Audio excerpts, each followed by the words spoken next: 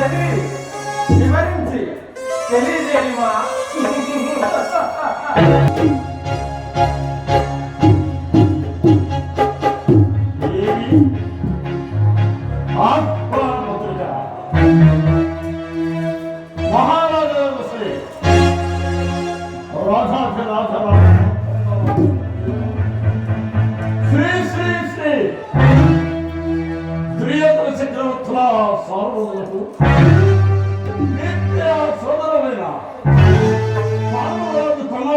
ధర్మరాజు విశ్వాసముద్రుడై ప్రీతించిన అంతకు తగ్గ గంటగా ఆత్మవంతగా ఐదుగురు ఒకే కాంతమ పరిణయం ఆడిన బాండ స్నాయువత సంకలిత సౌర్యం సంప్రాప్తించిన సుఖమార్పుల మా పితృదైవదయాలబ్ధమైన ఇంద్రప్రస్థమైన వైభవంలో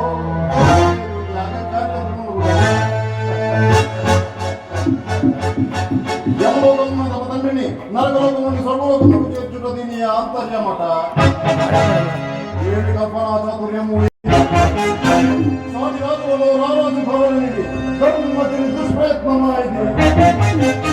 అయినతో కుదంతముతో కుశలతో చేయనిచ్చిన ఈ రాజస్యాగము సాగరాదు మేఘరాదు.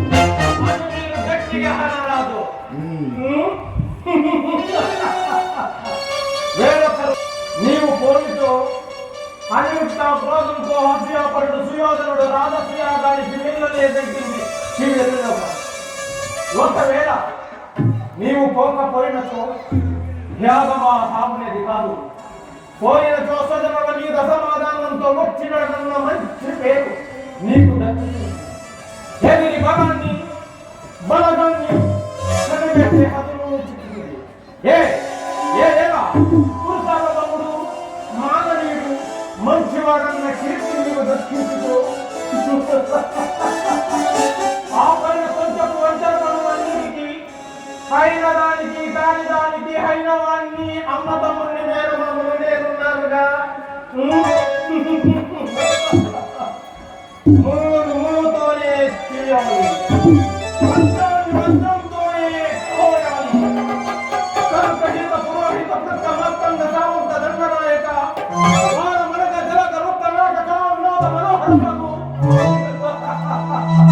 పరివారముతో చతురంగ బల సమేతులై శత సౌమ్యులకు అగ్రజుండవై శ్రీ శ్రీ శ్రీ గాంధారి కృతజ్ఞతలు. ఇంద్రప్రస్థ పురాణికి విజయము చేయవలసినదే. స్వాగతం సుస్వాగతం.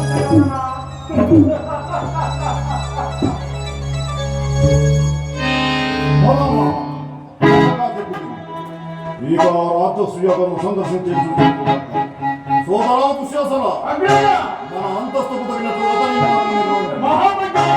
మిత్రులారా మా ఇప్పుడే భూతం రండు.